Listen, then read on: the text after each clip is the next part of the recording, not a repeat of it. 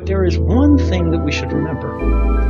When we look at the investigation into the effectiveness of these programs, the U.S. government's own staff, right? These are not sort of liberal reformers. These are not people who want to see an open society. This board was comprised of individuals such as the former deputy director of the Central Intelligence Agency, Michael Morrell. And they found that this kind of mass surveillance that had been justified on the basis of countering terrorism had actually never been useful in that context. It had never stopped a single terrorist plot, and it had never made, and this is the government's words, a quote, a concrete difference in the outcome of any terrorism investigation. These programs were never about terrorism. They were about economic espionage, they were about diplomatic manipulation, they were about social influence, they're about power.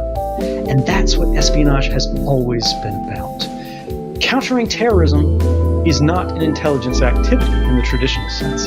That is a police activity. And when we hear people, when we hear spies, when we hear politicians saying, give up your rights to allow us to create these intelligence infrastructures of extraordinary powers because terrorists exist in the world, you should remember that there have always been terrorists in the past. We have always been able to counter them effectively, and we did this through the traditional means of police work and investigation that have always been effective in the past. Why are we proposing to throw away all of the rights that people fought and died to establish over centuries of human civilization for programs that even the U.S. government says were never effective? Let's presume it were effective. Would we want it anyway? The challenge is if we create a government that is so powerful, a structure that is so omniscient, it knows everything that everyone's doing at every time, it can enforce the law perfectly. No one can steal a loaf of bread, no one can speed, no one can commit a terrorist act, no one can murder. A lot of people would say that's fabulous, it's the end of crime, and it's true. But that may not be as unmitigated a good as it seems at first glance. Because when we think about social progress, when we think about the advance of human rights, when we think about the abolition of slavery, when we think about marriage equality, when we think about the prohibition of drugs or certain kinds of alcohol in the past, prohibition of certain types of religious worship, all of these movements were criminal activities in the beginning. Even if it's the enfranchisement of women, allowing them to vote.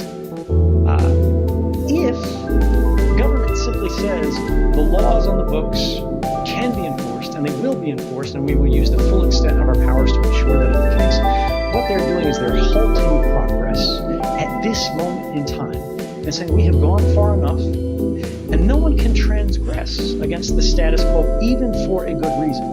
No one can organize to change the law. If to do so, they have to love someone in a way that's not approved. They have to worship in a way that's not popular. They have to do any activity that has not been explicitly authorized in advance by the government. I do not see that as a bright future. In fact, I see it as a very dark one. When we look at the Boston Marathon bombings, for example, this was during the height of American mass surveillance. This was before anybody knew it existed, before it had hit the newspapers. And they were collecting the phone calls of everyone. They were collecting the internet activities of, people indiscriminately, just in case they were useful.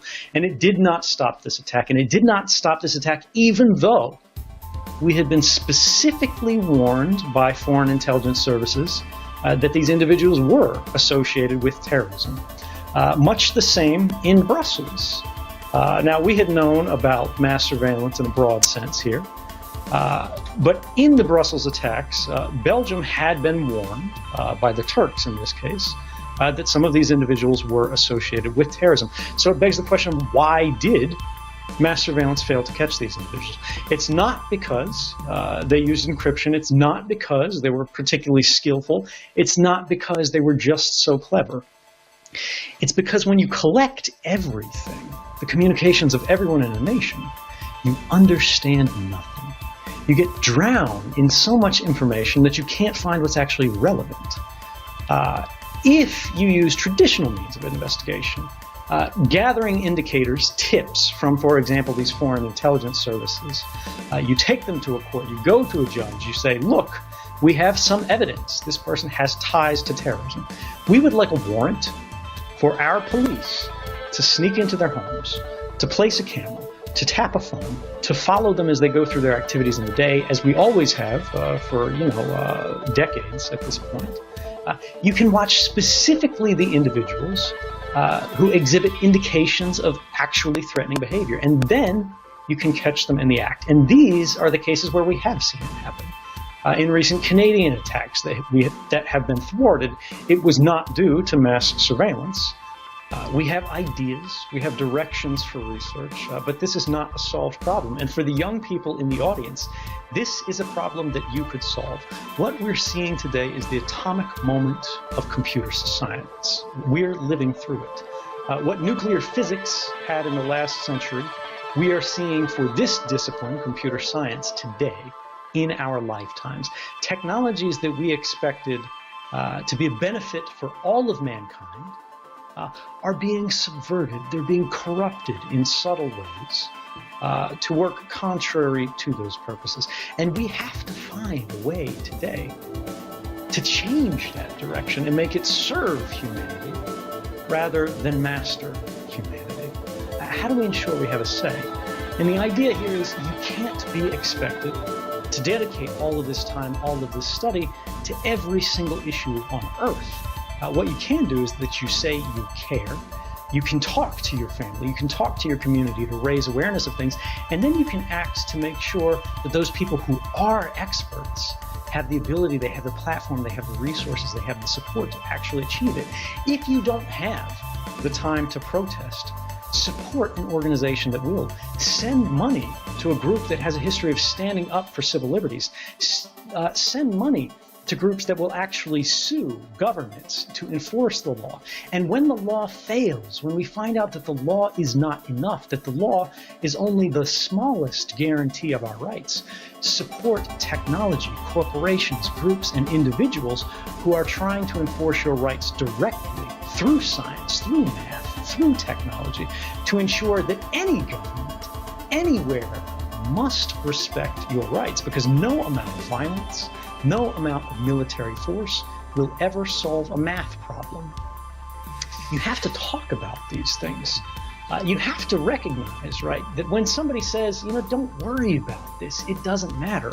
If you have nothing to hide, you have nothing to fear, they are misleading you, they're deceiving you, they're disempowering you. Because privacy isn't about something to hide. It's about something to protect. Privacy is the right to the self. Right? Privacy is the right to a free mind.